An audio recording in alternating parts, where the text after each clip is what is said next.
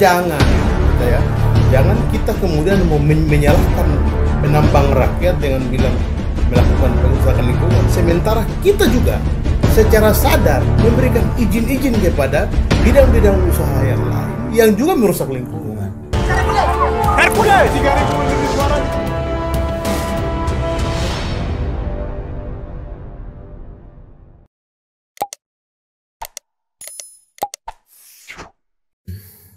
Salam jumpa lagi dengan saya Teddy Wakum dalam channel Papua Insight. Dan kali ini kita akan membahas terkait persoalan tambang rakyat khususnya di Provinsi Papua. Kali ini sudah hadir bersama saya Pak John Gobai. Beliau adalah anggota DPR Papua terpilih yang melalui kursi pengangkatan Otsus. Pak John Gobai, saya merujuk pada beberapa referensi bahwa Bapak ini sangat konsen dan sangat vokal sekali bicara persoalan tambang rakyat. Tetapi pada kenyataannya adalah banyak sekali tambang-tambang rakyat yang harus berurusan dengan hukum karena dianggap ilegal dan juga merusak lingkungan. Kira-kira apa yang menjadi dasar, yang menjadi titik awal pemikiran Bapak begitu semangatnya untuk mendorong terkait dengan pertambangan rakyat? Silakan, Pak. Orang Papua itu sudah siap menambang. Kenyataan di Paniai, Nabire, sejak tahun 2000 itu orang sudah 96 itu masyarakat Papua sudah bisa melakukan kegiatan penambangan. Jadi saya rasa ini sesuatu yang harus kita dorong. Kalau anak Papua bisa, kenapa harus dipersulit? Kalau regulasi ada, kenapa harus dipersulit? Gitu. Saya cukup aktif, saya mulai selalu aktif itu dari tahun 2010. Waktu itu kasus di Paniai ketika ada perusahaan besar mau masuk, perusahaan yang pemegang IUP. Izinnya dari pemerintah pusat langsung? Tidak, dia dari provinsi. Ada juga dari kabupaten. Setelah saya melihat bagaimana gejolak di beberapa daerah yang kemudian menggusur tambang rakyat dan kemudian terjadi konflik, dan itu kedua. Yang pertama yang tadi saya sebutkan, orang Papua sudah siap. Ya saya langsung sangat semangat untuk kemudian memperjuangkan bahwa orang Papua harus dapat mengelola tambang. Jadi kita berjuang bukan berjuang kosong. Saya tulis buku. Ini bukunya ada ini buku. Buku. Jadi ada pengalaman di wilayah kabupaten di provinsi yang lain, bagaimana mereka mengelola kegiatan-kegiatan masyarakat menambang seperti yang ada di Korowai sekarang, yang kemarin di Buper Waina, ya, terus di Paniai, di Nabire. Pengalaman-pengalaman itu menjadi referensi untuk saya dan saya mulai menulis buku ini.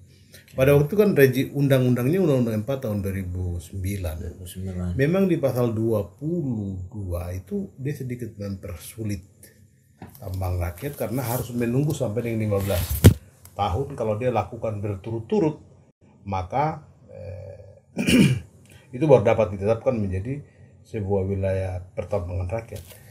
Tetapi yang terjadi di Papua ini pada waktu itu pemerintah lebih berpegang kepada kalimat itu 15 tahun itu, sehingga memang agak sulit sekali dilakukan penetapan wilayah pertambangan rakyat. Sementara di provinsi yang lain, contoh di Maluku Utara, di Halmahera itu bupatinya mengambil kebijakan karena sudah ada kegiatan masyarakat menambang seperti yang di Buper ini, seperti yang di Korowai, langsung dilakukan penetapan wilayah. Dia usulkan ke Jakarta, karena dia usulkan ke kementerian melakukan penetapan wilayah, dikeluarkan izin tambang rakyat, karena negara ini ada untuk rakyat, bukan negara ini ada hanya untuk pengusaha.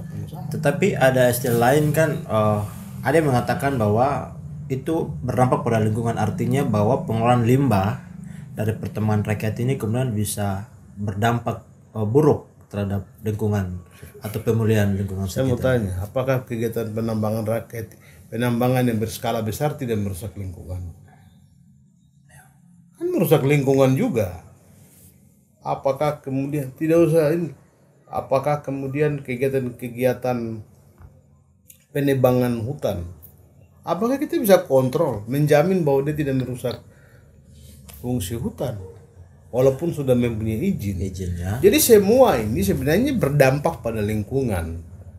Nah, sekarang bagaimana meminimalisir? Semua ini artinya begini, setiap kegiatan itu pasti berdampak pada lingkungan.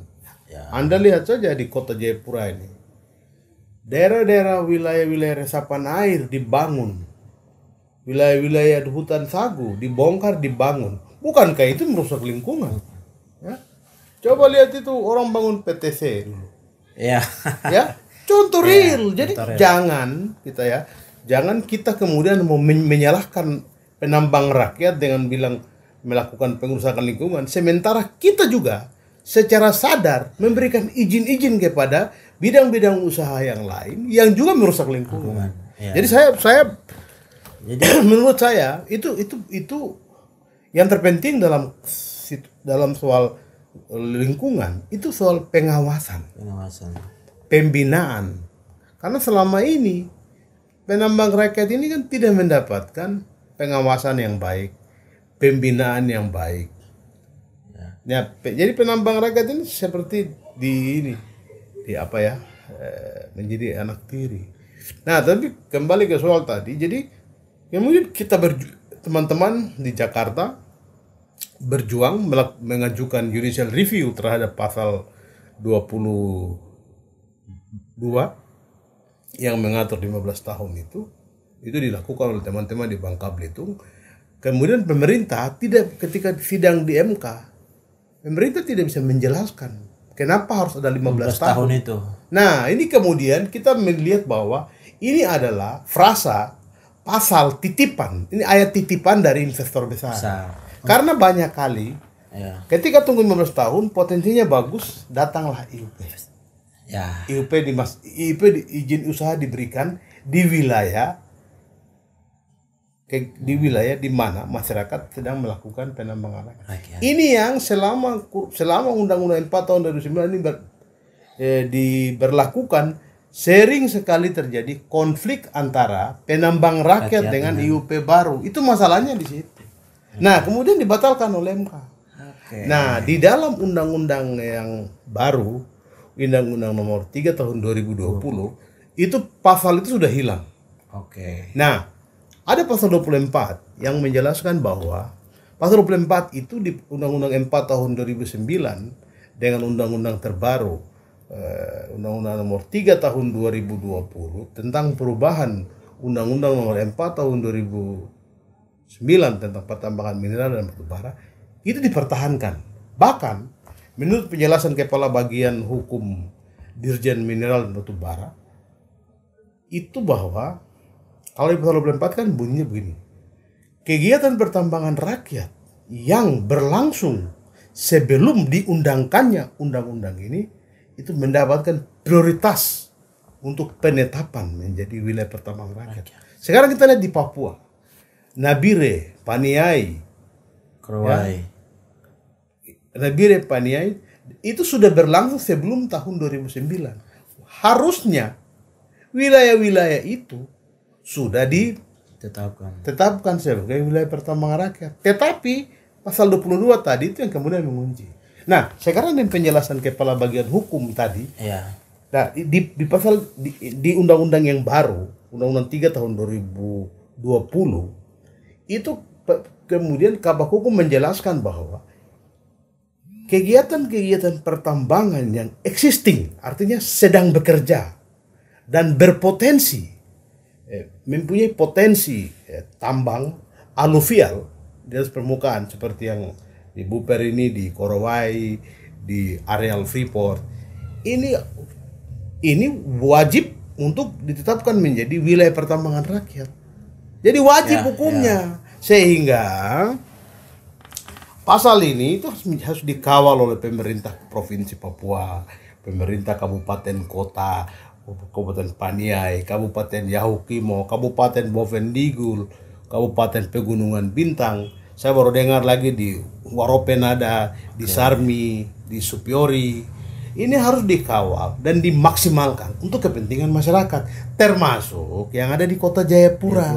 Jadi marilah kita memberikan pembinaan kepada rakyat kita yang adalah penambang-penambang ini agar mereka bisa melakukan penambangan secara baik. Bagaimana soal aspek lingkungan menjadi tugas pemerintah untuk memberikan pembinaan. Oke. Tapi kita berkaca kemarin kasus Buper itu kan kemudian polisi ya melakukan penutupan. Apa komentar Pak John terkait persoalan yang ada di tambang rakyat yang ada di Buper dalam kasus tersebut? Saya tetap pada visi saya yang pertama tadi. Orang Papua itu harus diberi ruang kelola. Jadi polanya adalah pemilik izin, pemilik tanah, dia harus menjadi pemilik izin. Jadi siapapun dia orangnya mau datang bekerja di situ, dia harus ada di bawah kendali dan di bawah izin yang dimiliki oleh pemilik tanah. Saya sudah cek yang di Buper itu dia areal penggunaan lain ya. Jadi boleh aja, boleh diberikan pada mereka. Kalau toh ada orang non Papua, mari kita ini kan masyarakat juga. Yang terpenting adalah bagaimana kita melakukan pembinaan kepada mereka. Yang terakhir bahwa Undang-Undang 3 tahun 2020 itu belum ada ya. Jangan dipakai itu sebagai dasar hukum untuk menangkap orang. Karena undang-undang ini belum ada aturan pelaksanaannya. Undang-undang ini sekali lagi belum ada aturan pelaksanaannya. Kalau kita bicara merusak lingkungan, pertanyaan saya katakan, apakah hanya tambang rakyat yang merusak lingkungan? Ya? ya kan perusahaan dengan pemegang IU pun malah itu yang merusak lingkungan lebih besar lagi karena dengan volume kelola yang sangat-sangat besar. Bukan rahasia lagi. Pemberian izin-izin AMDAL itu kan syarat muatan kepentingan. Syarat transaksi. Lihat aja wilayah-wilayah sebenarnya tidak layak diberikan AMDAL. AMDALnya sudah oke, tapi dia kemudian dari belakang lingkungannya rusak. Jadi saya minta kepada polisi ya supaya marilah kita membina kita punya masyarakat ini. Pak Kubai. Tapi saya begini ya, saya kasih tahu. Untuk terkait kasus Buper, saya punya pengalaman dengan Kapolda kita, Pak Waterpau, kasus Paniai. Saya lihat beliau sangat bijaksana melihat kasus-kasus seperti begini, tambang rakyat ini, di mana rakyat dapat menjadikan itu sebagai sumber pendapatan bagi mereka. Dan itu menjadi sebuah sarana pemberdayaan ekonomi rakyat. Kita bicara persoalan ruang kelola. Apa yang menjadi tantangan untuk pertemuan rakyat khususnya di Provinsi Papua? Seperti begitu. Yang selama ini Pak John lihat. Dulu tahun-tahun 2010, 2011, 2012 saya lihat memang pemerintah dinas ya, terutama Dinas SDM Provinsi Papua itu kaku. Kaku menyikapi tambang rakyat. Ya, kakunya itu kan bisa macam-macam. Ada pasal 22, pasal titipan investor tadi itu yang 15 tahun. Itu juga menjadi alasan. Tapi kan kita punya otsus. Ya, itu makanya di pasal sebenarnya pemerintah provinsi di tahun 2008 juga sudah menetapkan Perdasi nomor 14 tahun 2008 tentang pertambangan rakyat di daerah. Hanya persoalannya tidak jalan. Itu kira-kira kenapa? Ya, itu yang saya tadi katakan bahwa dinas ini terkesan kaku. Yang kedua, ada pasal itu yang kemudian menghambat. Yang ketiga ya mungkin investor besar ya. Dengan tawaran yang lebih bagus, ya sudah mereka menjadi prioritas. Tapi saya lihat belakangan ini Dinas ESDM juga sudah mulai memberikan perhatian juga terhadap kepada tambang rakyat. Buktinya beliau kasus yang di Waena ya, itu rupanya Dinas SDM sudah juga sedang mendorong untuk penetapan WPR. Ya, itu wilayah pertambangan rakyat. Ya, jadi kembali lagi ke soal regulasi ya. Di pasal 173 huruf A Undang-Undang Nomor 3 Tahun 2020 tentang perubahan Undang-Undang 4 Tahun 2009 itu diatur bahwa undang-undang ini berlaku di provinsi-provinsi yang berstatus khusus dan istimewa sepanjang tidak diatur secara khusus. Nah, sekarang bicara tentang tidak diatur secara khusus ini, saya mau katakan bahwa ini sebenarnya diatur. Ya. Diatur di pasal 42 Undang-Undang Otsus. Bahwa perekonomian berbasis kerakyatan itu harus diberikan kesempatan seluas-luasnya kepada masyarakat Papua. Kalau kita bicara tambang rakyat, itu kita harus melihat dari konteks dalam perekonomian berbasis kerakyatan. Oleh karena itu, saya kira dengan dasar pasal 173 Undang-Undang Nomor 3 Tahun 2020 itu sudah menjadi sebuah kekuatan hukum bagi kita yang berjuang untuk tambang rakyat, hak kelola di tambang rakyat, hutan, tambang, hutan, dan juga ini tapi ini kita konteks tambang, jadi saya kira kita yang berjuang untuk masyarakat mengelola ruang kelola, ini menjadi dasar bahwa dengan semangat Otsus kita, dan juga dulu kami DPR Papua menetapkan peraturan daerah Perdasi tentang pertambangan rakyat. Itu kita sudah penetapan di 2019. Nah, dengan dasar ini maka pasti kita akan mendorong agar Kementerian SDM itu memberikan pengakuan atas memberikan penguatan terhadap perdasi kita. Karena sudah ada. Perdasi kita itu jelas. Dulu memang karena ada di undang-undang baru ini kan dia menambah jumlahnya. Dulu hanya 25 hektar, sekarang 100 hektar. Kedalaman dulu hanya 25, kalau orang bikin galian itu 25 meter, sekarang di 100 meter. Jadi dia ada menambah. Ini peluang bagi kita orang Papua. Karena kita di perdasi kita izin diutamakan, diberikan kepada pemilik tanah. Tadi visinya jelas, pemilik tanah dia harus sebagai pemilik izin. Jika dia tidak mampu, maka dibuat sebuah pola kerjasama. Pola kerjasamanya adalah pemilik izin tetap yang punya tanah, dia yang investor ini dia sebagai pengelola dengan pola kerjasama itu yang kita atur di peraturan daerah provinsi Papua tentang pertambangan rakyat. Tidak banyak yang berubah. Menurut saya kalau berubah juga karena ada Undang-Undang 3 2020 paling hanya di soal luasan. Luasan dan itu yang kita pasti berubah. Nah, perizinan ini kan semua dengan omnibus law dan juga tentang undang-undang yang baru ini 3 2020. Memang kewenangan semua di pusat. Tetapi jangan lupa di pasal 35 ayat 4 Undang-Undang 3 tahun 2020 itu diatur bahwa Menteri dapat mendelegasikan kewenangan pemberian izin kepada gubernur. Nah, ini pasti kita akan berjuang. Jadi artinya saya minta kepada kepolisian jangan kaku dengan menyikapi, tapi bahwa mari dengan dasar pasal 42 Undang-Undang Otsus kita melihat tambang rakyat sebagai sebuah bidang perekonomian berbasis kerakyatan, sehingga kita sama-sama polisi, pemerintah kabupaten kota, kami dari Dewan Adat yang selama ini bicara tentang tambang rakyat, bukan hanya cerita omong kosong. Kami bikin buku ini loh. Mari kita sama-sama memberi ruang seluas-luasnya, mendorong, memproteksi dan memberdayakan orang Papua untuk mengelola potensi tambang rakyat. Terakhir Pak John, harapan dan apa yang mau dilakukan terkait dengan tambang rakyat ke depan? Ya, saya harapkan kita memberikan pembinaan.